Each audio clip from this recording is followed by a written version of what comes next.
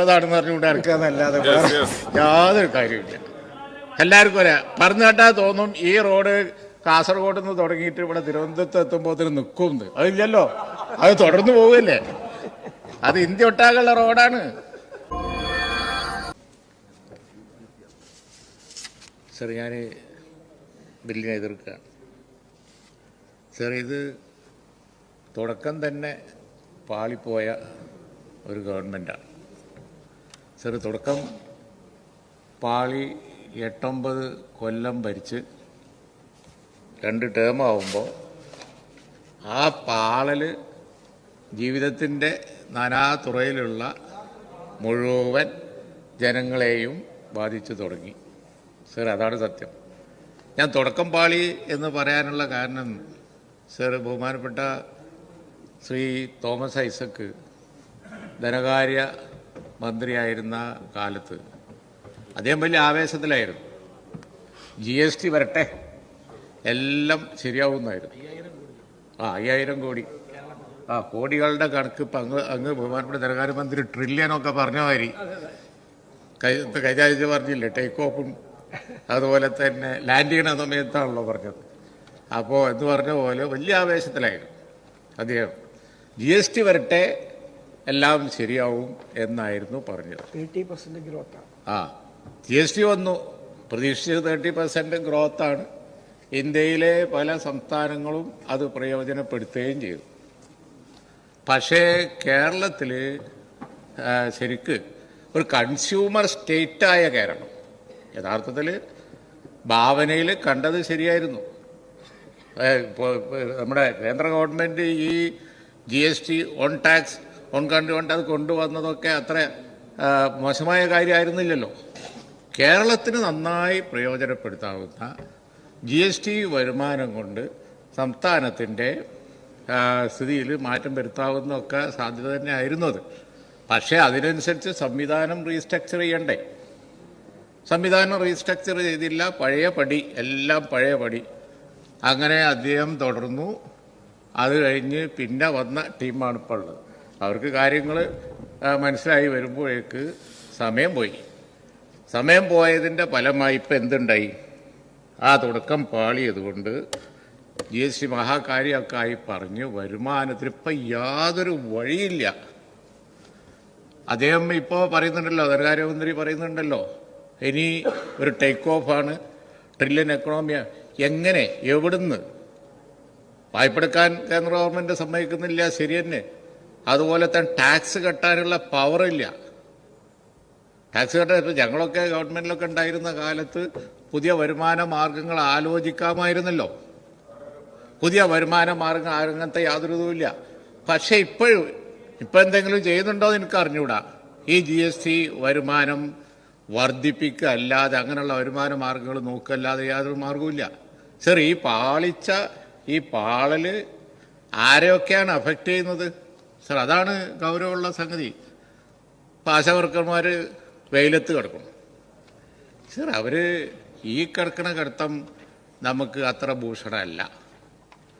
Sir, ഒന്ന് വിളിച്ച് ചർച്ച ചെയ്ത് എന്തെങ്കിലും ഒരു ആനുകൂല്യം കൊടുത്ത് അങ്ങനെയല്ലേ സാമ്പത്തിക പരാധീനത മനസ്സിലാക്കാം.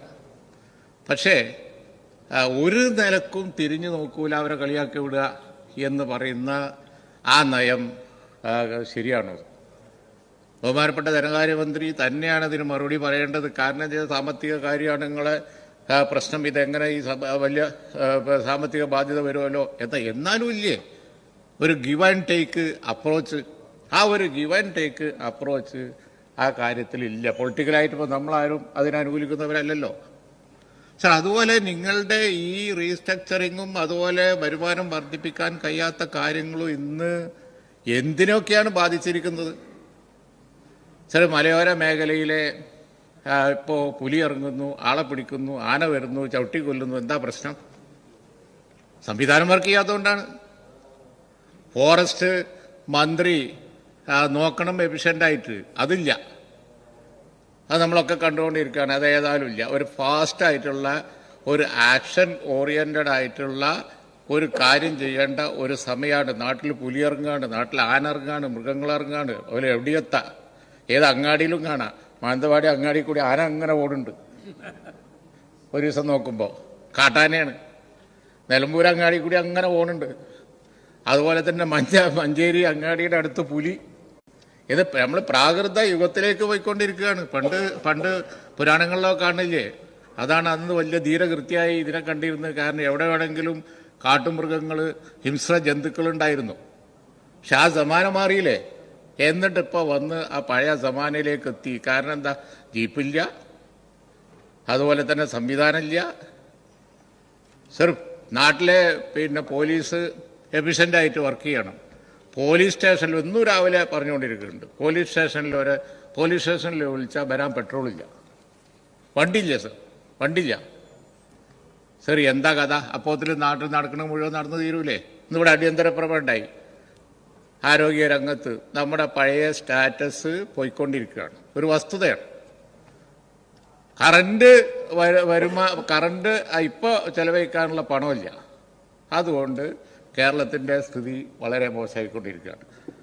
മലബാർ മേഖലയിലുള്ള വിദ്യാലയങ്ങളിൽ പുതിയ കോഴ്സ് അനുവദിച്ചോ?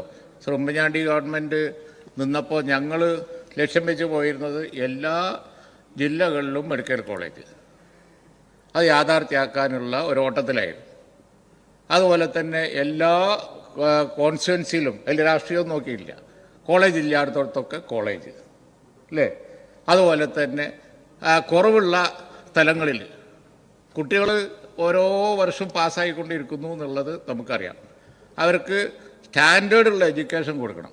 ആ സ്റ്റാൻഡേർഡുള്ള എഡ്യൂക്കേഷൻ കൊടുക്കണമെന്നുണ്ടെങ്കിൽ ഈ 65ഉം 70ഉം കുട്ടികൾ ഒരു ക്ലാസ്സിൽ അങ്ങനെ പറ്റുമോ? അപ്പോൾ ആവശ്യമായ കോഴ്സുകൾ അനുവദിക്കണ്ടേ? ഡിഗ്രി കോഴ്സുകൾ അനുവദിക്കണ്ടേ? +2 കോഴ്സുകൾ അനുവദിക്കണ്ടേ? നിങ്ങൾ 10 വർഷമായിട്ട് അതെടുത്ത് കോൾഡ് സ്റ്റോറേജിൽ വെച്ചു, വല്ലതും അനുവദിച്ചു. ആ ബാക്ക്വേർഡ് ഡിസ്ട്രിക്ട്സിൻ്റെയൊക്കെ സ്ഥിതി എന്താ? അവിടുത്തെ കാര്യം എന്താ? ഇപ്പോൾ നമ്മൾ പബ്ലിക് സ്കൂളുകളെ ശക്തിപ്പെടുത്തി, കോളേജുകളെ പബ്ലിക് എഡ്യൂക്കേഷനെ ശക്തിപ്പെടുത്തി എന്നൊക്കെ പറയുന്നുണ്ടല്ലോ. സർ, അതുപോലെ എല്ലാ രംഗങ്ങളെയും ബാധിക്കുകയാണ് ഓരോരോ പ്രഖ്യാപനങ്ങൾ. അങ്ങനെ അടിസ്ഥാന സൗകര്യത്തിന് 300 കോടി അങ്ങ് ഇവിടെ വന്നിട്ട് അങ്ങോട്ട് പ്രഖ്യാപിക്കും. 10 പൈസ നോ എക്സ്പെൻഡിച്ചർ. അതുപോലെ തന്നെ IT രംഗത്ത് ഇൻഫ്രാസ്ട്രക്ചർ 134 കോടി നോ എക്സ്പെൻഡിച്ചർ. ഞാൻ ആ ലിസ്റ്റ് വായിക്കുന്നില്ല. അതുപോലെ തന്നെ എക്കണോമിക് റിവ്യൂ എടുത്ത് നോക്കൂ സർ. പൊതുമേഖലാ സ്ഥാപനങ്ങൾക്ക് ഫണ്ട് കൊടുക്കാതെ അത് നിലനിൽക്കുമോ? ഇന്ന് ഈ പ്രാവശ്യത്തെ എക്കണോമിക് റിവ്യൂ എടുത്ത് നോക്കിയാൽ മതി, കാണാൻ കഴിയും. എന്താണ് നന്നായി പ്രവർത്തിക്കുന്ന പൊതുമേഖലാ സ്ഥാപനങ്ങളുടെ എണ്ണം കുറഞ്ഞ് വരികയാണ്. 15ആയി. ലാഭമൊക്കെ പറയാണ്ടിരിക്കുക നല്ലത്. ലാഭത്തിൻ്റെ പ്രശ്നം ഉത്ഭവിക്കുന്നില്ല. KMML അടക്കം സമരായി ആനുകൂല്യങ്ങൾക്ക് വേണ്ടി. പക്ഷേ അവസാനം വന്നിട്ട് ഇപ്പോൾ ശമ്പളം കൊടുക്കൽ ഒരു അപൂർവ കാര്യമായി മാറി. സർ, ഞാൻ പറഞ്ഞില്ലേ, ഇപ്പോൾ റേഷൻ മുടന്തി അല്ലേ പോണത്. പഴയ മാതിരി റേഷൻ സംവിധാനം ഇപ്പോൾ എഫിഷ്യൻസി ഉണ്ടോ? ഇല്ലല്ലോ. നമ്മൾ അന്വേഷിച്ചാലും കഴിയും, അത് ഫണ്ടിൻ്റെ പ്രശ്നമാണ്. സർ, പല സംസ്ഥാനങ്ങളിലും ശമ്പളം മുടങ്ങിയിട്ടുണ്ട്, ഇവിടെ മുടങ്ങിയിട്ടില്ല എന്നാണ് ഒരു നേട്ടം പറയുന്നത്. അതൊരു വല്ലാത്ത കാര്യമാണല്ലോ. ഇന്ത്യയിലെ പല സംസ്ഥാനങ്ങളെ മാതിരി എല്ലാത്തിലും പറയും താരതമ്യപ്പെടുത്തി. ഇപ്പം ഇന്ന് രാവിലെയും പറഞ്ഞു, എന്താ വെച്ചാൽ ആരോഗ്യ രംഗത്ത്, വിദ്യാഭ്യാസ രംഗത്ത്, ബാക്കിയുള്ള രംഗത്ത് പണ്ടേ അങ്ങനെ ആയിരുന്നില്ലല്ലോ. നമ്മൾ ലോകോത്തര നിലവാരത്തിൽ നിന്ന ഞാനൊക്കെ വ്യവസായ മന്ത്രിയായിരുന്നു, IT മന്ത്രിയായിരുന്ന കാലത്ത് പല സ്ഥലങ്ങളിലും ഡെലിഗേഷനിൽ പോയിട്ട് അവിടെ പറഞ്ഞുകൊണ്ടിരുന്നത് എന്താ? ഇന്ത്യൻ സംസ്ഥാനമായ കേരളം വേൾഡ് ക്ലാസ് ആയുർദൈർഘ്യം, world class literacy, world class ആരോഗ്യം, അതുപോലെ തന്നെ സ്റ്റാൻഡേർഡ് ഓഫ് ലിവിങ്, അങ്ങനെ പലതും പണ്ടേ നമ്മൾ പറഞ്ഞുകൊണ്ടിരിക്കുന്നതാണ്. ഇപ്പോൾ ഒക്കെ ഇത് ഇന്നലെ കൊണ്ട് ഉണ്ടായതുപോലെ സർ, മിഷണറിമാരുടെ പ്രവർത്തനവും കേരളത്തിലെ പ്രത്യേകതയും ലിറ്ററസിയും ബാക്കി കാര്യങ്ങളൊക്കെയാണ് കേരളത്തെ നിലവാരത്തിലെത്തി. ഇപ്പോഴത്തെ പ്രശ്നം അതല്ല. ഇപ്പോഴത്തെ പ്രശ്നം എന്ന് പറയുന്നത് ഈ ഫണ്ട് കുറവ്. ഇത്ര പണമില്ലാത്ത സ്ഥിതിയിൽ ഇത് കണ്ടിന്യൂ ചെയ്താൽ ആ സ്റ്റാൻഡേർഡ് നമുക്ക് നിലനിർത്താൻ കഴിയുമോ എന്നുള്ളതാണ് ഇപ്പോഴത്തെ പ്രശ്നം. സർ, ഇപ്പോൾ 80%ഓ 85%ഓ ചെലവഴിച്ചിട്ടാണ് നമ്മൾ പെൻഷനും ശമ്പളവും ബാക്കിയുള്ളതും കൊടുത്തുകൊണ്ടിരിക്കുന്നത്. അതിങ്ങനെ കൂടി ലോൺ എടുക്കുന്നതിനനുസരിച്ച് പിന്നെയും കൂടി പോയി അവസാനം നമ്മളെ ശമ്പളം മുടങ്ങുന്നപ്പോൾ ഒരു ശമ്പളം കൊടുക്കുക എന്നുള്ളത് ഉത്സവ സീസണിലൊക്കെ ഒരു ടാസ്ക് അല്ലേ? ചില സമയത്ത് മാർച്ചിൽ പ്രശ്നങ്ങളല്ലേ? എങ്ങനെയെങ്കിലുമൊക്കെ കൊടുത്തുകൊണ്ടിരിക്കണം. മുടങ്ങുന്നില്ല എന്നുള്ളത് ശരി. അത് മതിയോ കേരളത്തെ സംബന്ധിച്ചിടത്തോളം? സാർ, അതുകൊണ്ടാണ് ഞാൻ പറഞ്ഞത്, ഈ 8-9 കൊല്ലമായി തുടക്കം പാളി, അതിൻ്റെ സാർ 2 മിനിറ്റ്, തുടക്കം പാളി അതിൻ്റെ ഒടുക്കം വരെ ഇങ്ങനെ പോകും. എന്നിട്ടാണ് ഇപ്പോൾ പറയുന്നത് ഞങ്ങൾ തിരിച്ചു വരും. ഞാൻ സാർ അതുകൂടി ആ പൊളിറ്റിക്കൽ പോയിന്റ് കൂടി പറഞ്ഞ് അവസാനിപ്പിക്കുകയാണ്. എന്തിൻ്റെ അടിസ്ഥാനത്തിലാണ് നിങ്ങൾ തിരിച്ചു വരും എന്ന് പറയുന്നത് എനിക്കറിഞ്ഞു.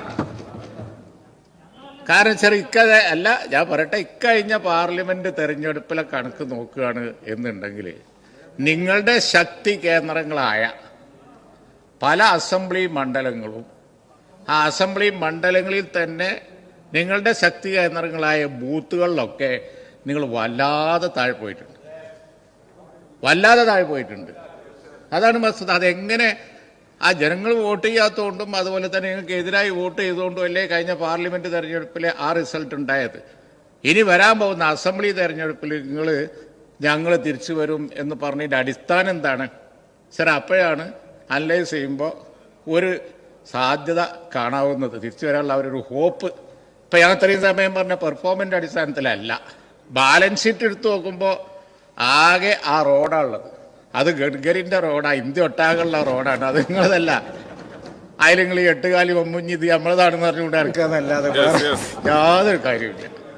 എല്ലാവർക്കും പറഞ്ഞു കേട്ടാൽ തോന്നും ഈ റോഡ് കാസർഗോഡ് നിന്ന് തുടങ്ങിയിട്ട് ഇവിടെ തിരുവനന്തപുരത്ത് എത്തുമ്പോൾ നിൽക്കുമെന്ന്. അതില്ലല്ലോ, അത് തുടർന്ന് പോവുകയല്ലേ. അത് ഇന്ത്യ ഒട്ടാകുള്ള റോഡാണ്. അതിന് 5000 കോടി ഉറുപ്പിക കൊടുത്തു എന്നുള്ളത് ശരിയാണ്. അത് നമുക്ക് അവകാശപ്പെടാം. ലാൻഡ് എത്ര? അത്രേ ഉള്ളൂ. പക്ഷെ ആ റോഡ് കാസർഗോഡ് കഴിഞ്ഞ് മംഗലാപുരത്ത് കടന്ന് പിന്നെയും പോവില്ലേ? സ്റ്റേറ്റ് കൊടുക്കും, അത്രേ ഉള്ളൂ.